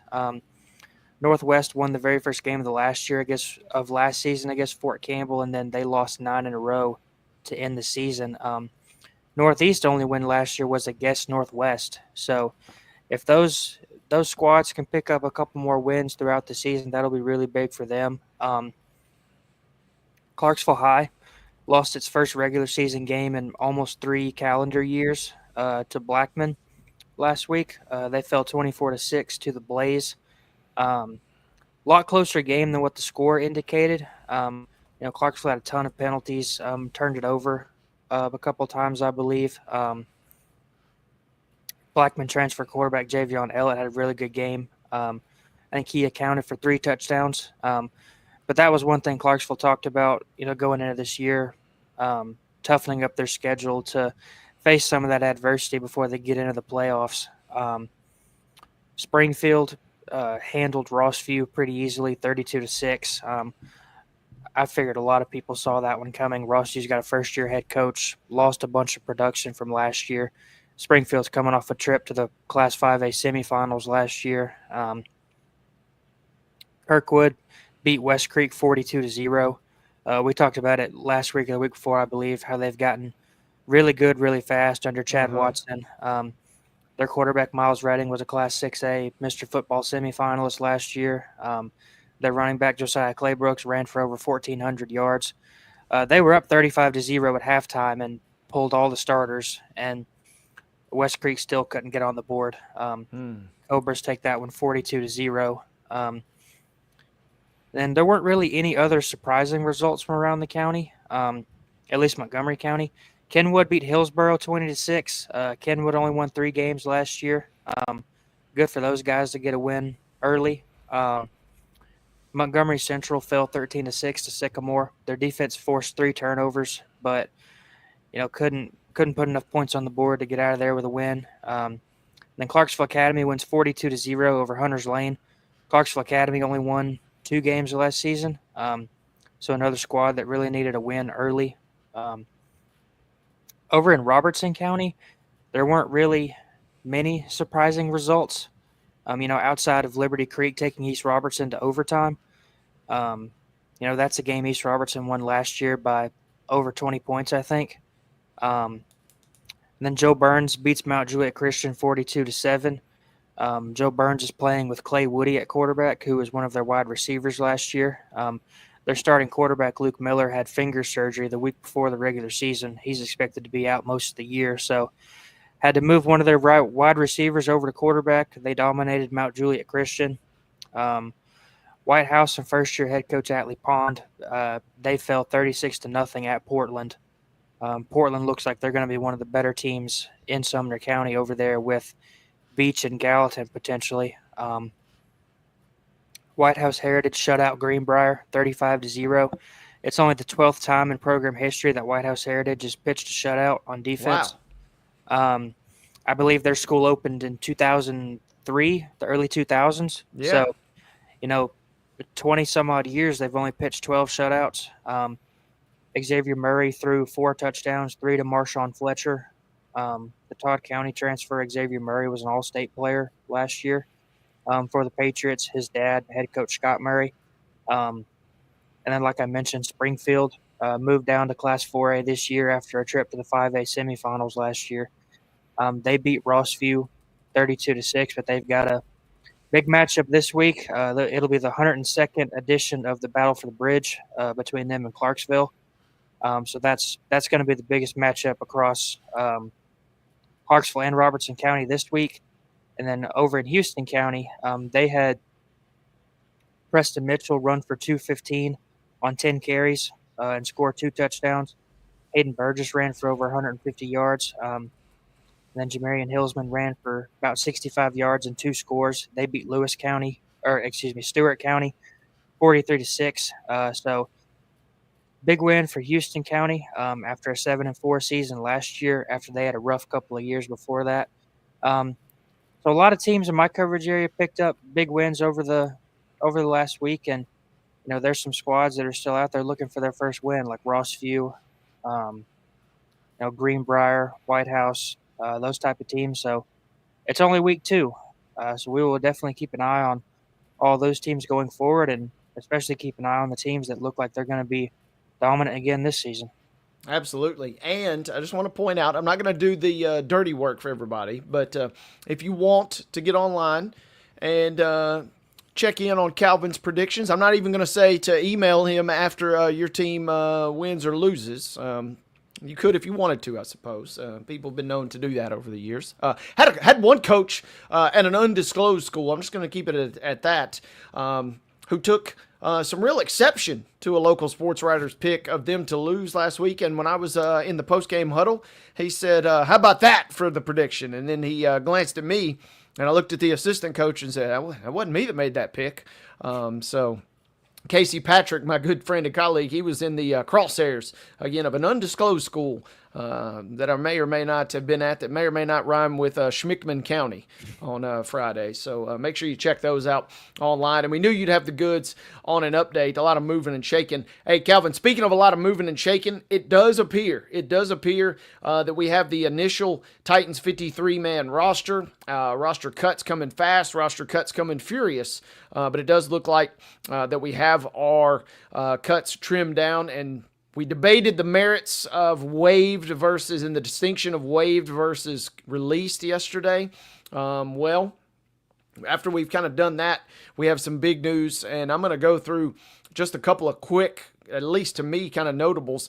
We do say bye-bye to Trevor Siemian. He is no longer, service is no longer needed, so that does mean that Brandon Allen has won your backup job entering week one. Again, these could be subject to change, but that's one that kind of jumped out, obviously, at the QB position. Jordan Mims and Jamar Jefferson have hit the streets in terms of your wide receiving unit, or excuse me, your running back unit.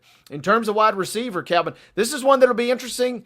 And this is when we say this is tentative, because don't be surprised if maybe this guy comes back around. But James Prochet, who they had brought in over the offseason at wide receiver, for now at least appears to be on the chopping block. Don't be surprised if he makes a return, especially from what he has done in the special teams unit. But at least for now, Prochet, Xavier Restrepo, who they had high hopes for potentially as an undrafted free agent coming out of Miami, pairing him up with his college teammate there in Cam Ward. Be interesting to kind of see how that goes. Scanning through some other notables here. We gave you guys some of these yesterday as the Titans kind of made some moves.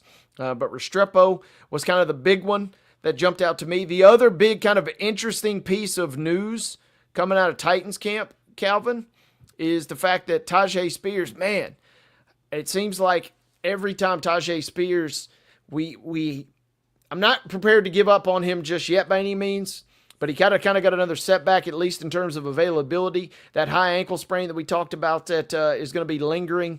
It is going to linger a little longer as they've officially kind of put him on injured reserve. He's going to miss at least the first 4 weeks going forward. Will be designated to return, but at least for now, Tajay Spears is on that list, and I gave you the running backs. That does mean that both Chestnut and Khalil Mullings have made the roster, at least for now. But Spears, as great as Tony Pollard has been, it's been fascinating and it's been a lot of fun at times to watch Spears when he is healthy, kind of giving you that extra option in the backfield for the Titans. Yeah, he was another really good option alongside Tony Pollard in the backfield. Like you said, they're both really good runners and pass catchers. Just to kind of be a dual threat running back in Brian Callahan's offense. Despite last year, despite the offensive line troubles, despite Will Levis not being as good as we thought he was going to be, Tony Pollard still ran for 1,000 yards. Tajay Spears would have been that guy to kind of spare Tony Pollard at times if need be. So now, like you said, have to depend on Julius Chestnut and those other guys who are maybe a little bit less experienced to back up your lead back in Tony Pollard. As we continue with some NFL roster moves, I was getting ready to run through some roster moves in terms of cuts, but as I load up Pro Football Talk, Spencer Rattler, for those that were wondering who would win the game of chicken or the game of Russian roulette in terms of the Saints starting quarterback position, seems like we have our answer. Kellen Moore has announced that he has won the quarterback job, at least for now. And talk about a position that feels like it's going to be up for grabs almost on a weekly basis, Calvin. Turns out Spencer Rattler will be your QB1 heading into the Saints season opener. Yeah, they've really been looking for some sustainable quarterback play ever since Drew Brees retired. that fan base kind of got used to Drew Brees, who's a Hall of Famer. They got used to being him there for so long, throwing for 4,000 or 5,000 yards every year, 30 touchdowns, taking the Saints to the playoffs. It'll be interesting to see. They had that emergency situation a couple years ago where Taysom Hill was playing a couple games at quarterback. It'll be interesting to watch. Spencer Rattler kind of be the lead guy for a pro team, especially those rough couple years he had at South Carolina, and then he was projected to be one of those guys that was drafted later in the draft, and people said he wasn't going to pan out in the pro league. So now we finally get to see him get his own chance at leading an NFL squad. It's going to be interesting to watch. And again, I'm telling you, folks, the Saints, if things pan out the way that a lot of folks anticipate, they're going to be really bad. It's going to be tough to watch. And again, do not be surprised if that's kind of a weekly rotating door, seemingly, at the quarterback. Cuts and or waived transactions of note, Calvin. Hunter Renfrow has been designated for assignment, as it were, by the Carolina Panthers. Marquez Valdez-Scantling, the same from the Seattle Seahawks. But an interesting note, a couple of quarterbacks have hit the streets. Tommy DeVito just feels like he should always be on a Giants roster. I mean, Tommy DeVito, the name alone, is seemingly perfect for the Giants, but they obviously have an extremely quarterback crowded quarterback room. There we go. But DeVito has been designated. But one, obviously, that kind of cuts close to home here, and a lot of folks are going to be keeping tabs. He could end up back on the team's practice squad. It will depend on whether or not he clears waivers. But Hendon Hooker, the 2023 third-round pick by the Detroit Lions, kind of never really has developed the way that maybe they had thought. So as of right now, he is the QB3 behind Kyle Allen, and being QB3, as we just talked about with Trevor Siemian, means more often than not designated for assignment. Hendon Hooker has been waived. I want to emphasize, he could end up, if he clears waivers, end up back on the team in a practice squad capacity. But for now, at least, Hendon Hooker has hit the streets. Yeah, when he had that Heisman-worthy campaign for Tennessee a couple years ago, people were talking about how he should have been first quarterback taken in the draft. He was the most pro-ready quarterback. Then he tore his ACL, I believe it was, at Tennessee, missed out on that Heisman Trophy. If that doesn't happen, he's probably the Heisman Trophy winner. He's played behind Jared Goff his whole career up in Detroit. The Lions had a really good season last year with Jared Goff, number one seed in the NFC. He just never really got fully healthy and never really got his chance to show what he can do, especially, playing behind a guy like Jared Goff. So it will be fascinating. Again, a lot of folks in this area got a vested interest. They want to see Hendon do well. Now, I'm kind of in that camp. It would have been fascinating to kind of see if he could develop. And Detroit, obviously, a great situation, but also a bad situation, right? You get to learn and you get to be a part of a great team that's had such success over the last two seasons. Last year, obviously, in real particular. But with that being said, hard to get on the field when you got a guy playing as well as Jared Goff. Got a cool video that we were hoping to be able to show on the show today, but we're running thin on time, so I want to make sure that we get it in its glory. But there's a good little scuffle that we're going to save for tomorrow. That's a little tease in the biz. But one thing I do want to point out, Calvin, because this cuts close to home with me. I was going about my business today. We just talked with Eric C. Henry on the show yesterday about the big Ohio State-Texas game coming up on Saturday. And then I kind of froze a little bit.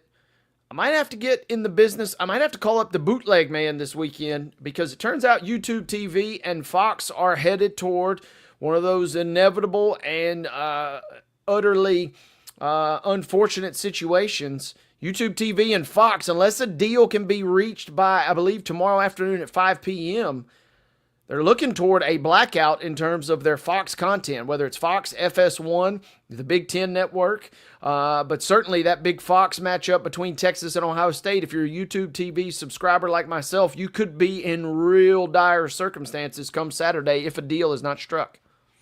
It seems like you need 10 different networks or 10 different TV packages on your TV nowadays to watch all the games you want to watch. Why can't we just have one cable or streaming package and be able to watch all the games. We see this with baseball too. You know, you might have the package to watch your local team, but for some reason you can't watch the team. And so now we're kind of dipping our toes into this with college football.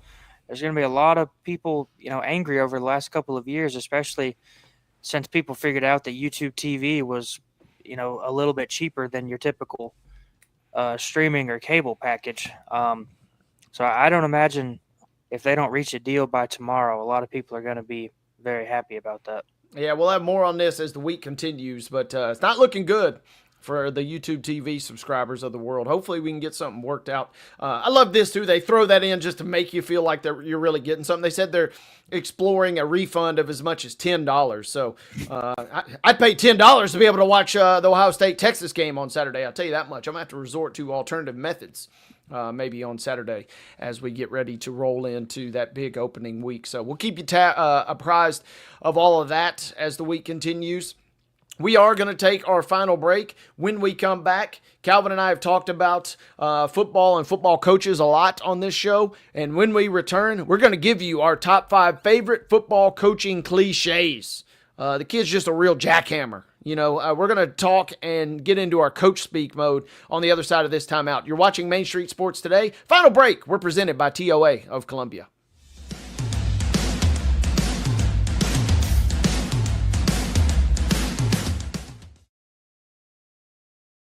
Being in Tennessee, we wanted to try to keep it as local as possible, so we have an entire section of our menu that is just dedicated to local whiskeys like Uncle Nearest, Jack Daniels, of course, George Dickel, Nelson Brothers, Greenbrier whiskey, and all of our taps are all local. From 2 o'clock until midnight, we've got food every day for you guys. A good handful of appetizers, some entrees, and a couple salads and things like that. My name is Ethan Kanata. Please come down and see us at the Pick Lobby Bar here at the Omni in Nashville. At Delta Dental of Tennessee, we know our success begins and ends with providing superior quality service, and that includes serving those who need it most. This year, we're celebrating 25 years of giving back to the community we call home. Delta Dental, along with our Smile 180 Foundation, supports Tennessee's dental colleges and oral health education, children's hospitals, free and reduced cost dental clinics, and other like-minded charities. Here's to the next 25 plus years of ensuring healthy smiles. There's a line that links us all. Most of the time, we don't even think about it, but it's everywhere. Illuminating our neighborhoods, empowering our businesses, and helping us to recharge. Whether it comes from our grids, the sun, or a kind heart, we believe in the power of good energy. And as your family and region continue to grow, you can trust that we'll always be there for you. Middle Tennessee Electric, bringing good energy.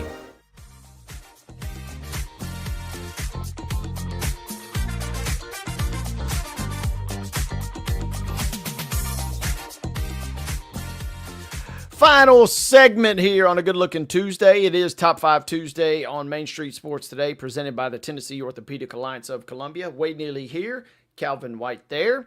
Producer Mark Rogers making the magic happen back behind the Main Street Media glass.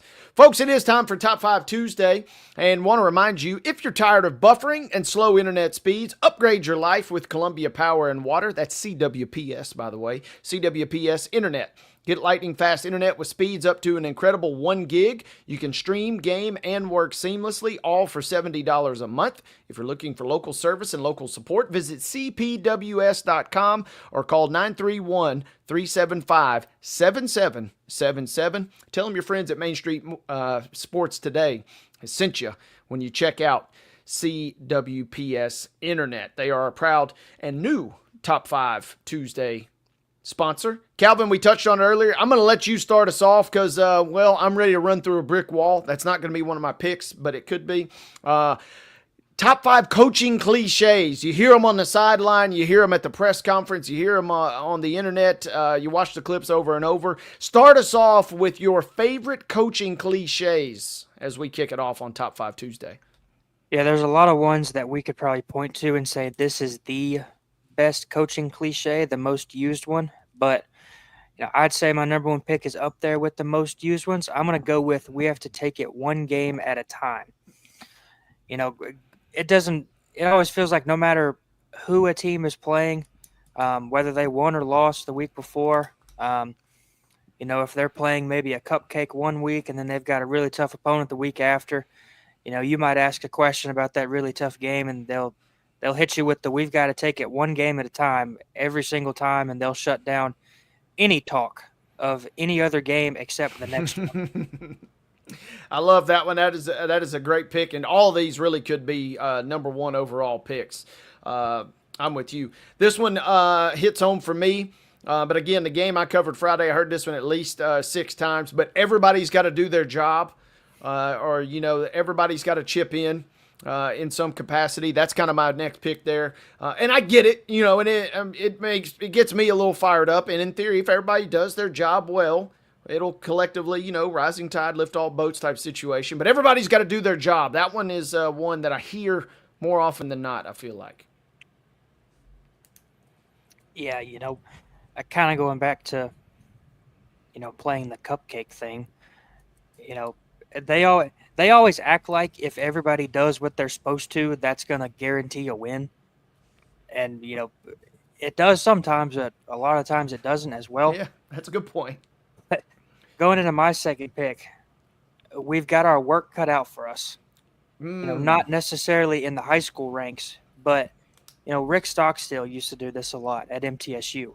We would go in when I worked at the student paper, and we would go in for our weekly meeting with Rick Stockstill before that week's game, and somebody would just ask a general question about that week's opponent, and he would always say, they're really sound on offense, they're really sound on defense, and they're really sound in the kicking game. And everybody in there was like, Rick, not every single team in college football is really sound in all 3 phases of the game. If they were, then they would win every single game of every single year. And, it doesn't matter. The coaches try to play it off as a lot of times it is an actual respect thing towards their opponent. But, if they're playing somebody they're going to beat by 40 points, they know they're going to beat them by 40 points more than likely. I'm with you. And, yeah, I'm just visualizing Stock saying that. I can hear it. I can see it. And we love Coach Stock, but yes, that's for sure. Number 2 for me, it's simple, but I love when coaches say that's why you play the game. Obviously, if your team gets an upset, well, that's why you play the game. If your team loses a heartbreaker, well, that's why you play the game. We just weren't at our best. It kind of can go both ways. It's a versatile cliche. I like it, but give me number 2. That's why you play the game. Shout out to Herm Edwards. Yeah, the OG almost. Yeah, sure. He invented that one basically, right? He did. Moving into number 3, my number 3, I'm going to go with leave it all on the field.